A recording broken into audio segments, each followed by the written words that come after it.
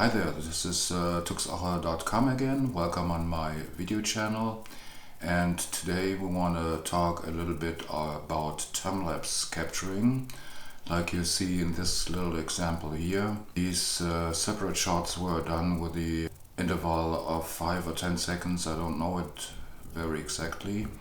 And that is an effect that you see very much on YouTube and on other films. But this time in this video I want to talk about how to capture time-lapse, once with a Lumix B81 and a Canon 6D Mark II, and we want to take a look on how to shoot time-lapse captures with a smartphone. But first let us take a look on the settings which are necessary to take time-lapse capturing with the Lumix, the Canon 6D Mark II, and last but not least with the smartphone. Okay, now we do the settings for the Canon 6D Mark II. First of all, it is important to set the camera in video mode, means live view. And now we go into the menu where we find the entry for time-lapse movie. This is only available if you are in video mode. Set here, make it either in 1080p or in 4K. It's a little bit weird, and the time-lapse movie, the Canon can make 4K, but okay. Now we set 12 exposures at a interval of 3 seconds. That should be okay. Now we can hit the shutter release to make a text exposure with the exposure sim here in the corner. But now we start this with the start stop.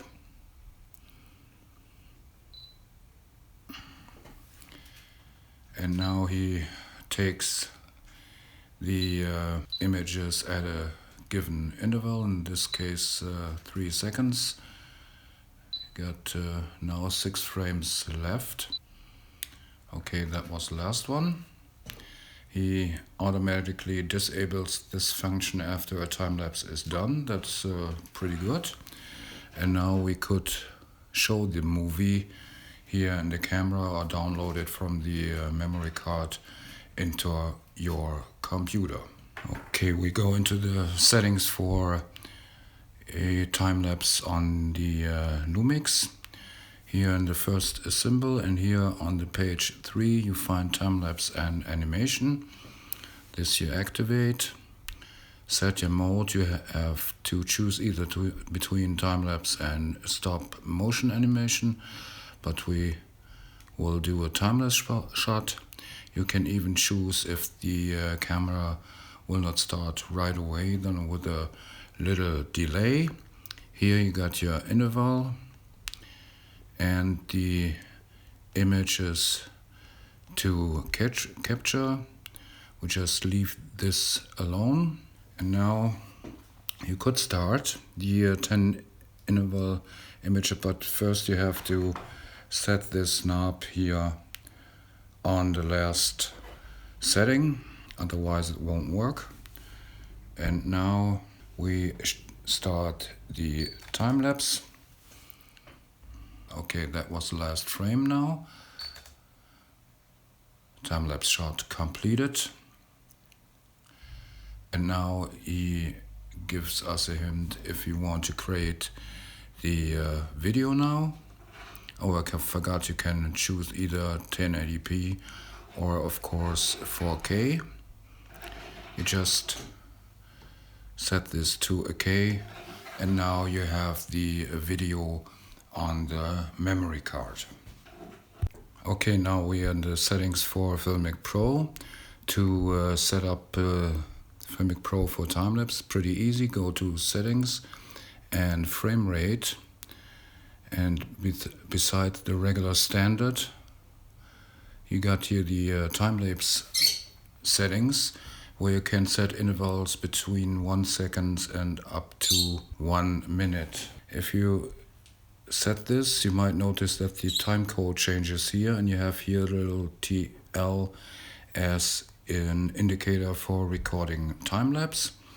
And now as you punch the button, Filmic Pro will capture the images and make a time-lapse video out of the images you took.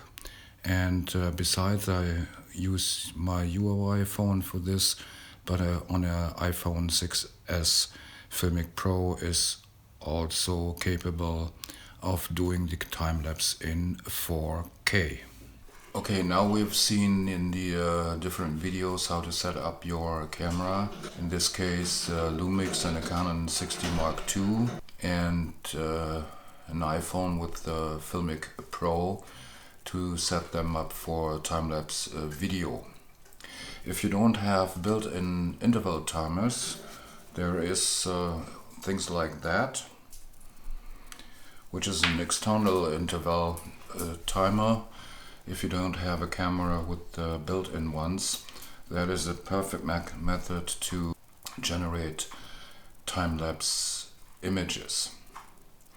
Okay, in the cameras we talked about, there are sort of two groups. That is on the one hand side the Canon 60 Mark II and the Filmic Pro app, which generate a time-lapse video according to your settings. And it's really a little bit weird that the Canon camera at this point can generate 4K time-lapse, while regular video is restricted to 1080p. But the smartphone with the app or the Canon just take the frames, generate the video, and that's it. The Lumix on the other hand side, and that is the big advantage on this camera, if you do a time-lapse video with the Lumix, the camera generates a ready-to-use video file which you can download with the app from Panasonic from the camera, post it on social media. But the most important thing is that all files, all single frames are stored either as JPEG or even as RAW files on the memory card, so you can later on either process them in Lightroom or whatever RAW processor or image processor you prefer. And most important, to me at least, you can save those files, and if necessary you can regenerate the time-lapse even in a higher resolution, or play around with the frame rates while exporting the video. There's a special case of time-lapse called motion or hyperlapse. That is in addition to the time-lapse capturing while the camera is wandering around. But at this time I don't advise to use the interval timer, because maybe you need time to get to the next position where you take your next shot, and maybe if the ground is not even or any problems like that, you need a little bit of time to level the camera, level horizon, or you just name it. You're better off with your camera and just take single shots. If you want to have motion lapse a little bit more convenient, maybe a gimbal like here the Osmo Mobile 2 would be the right device for you, because it can generate motion lapse and even can follow a certain object within the motion lap.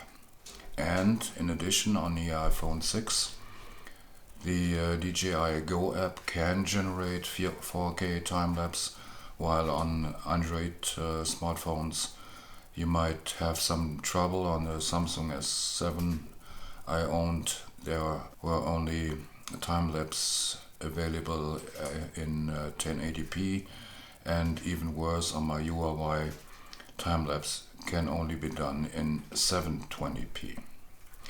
Okay, that was my little video about time-lapse capturing and motion hyperlapse. If you have any questions, just place them in the comments either here on YouTube or on the corresponding blog post, where you can also comment or ask questions. And for sure I would be happy about a like on this video, and I surely would appreciate if you subscribe my video channel. And that's all for today. Till the next time, ciao, Tux Oche.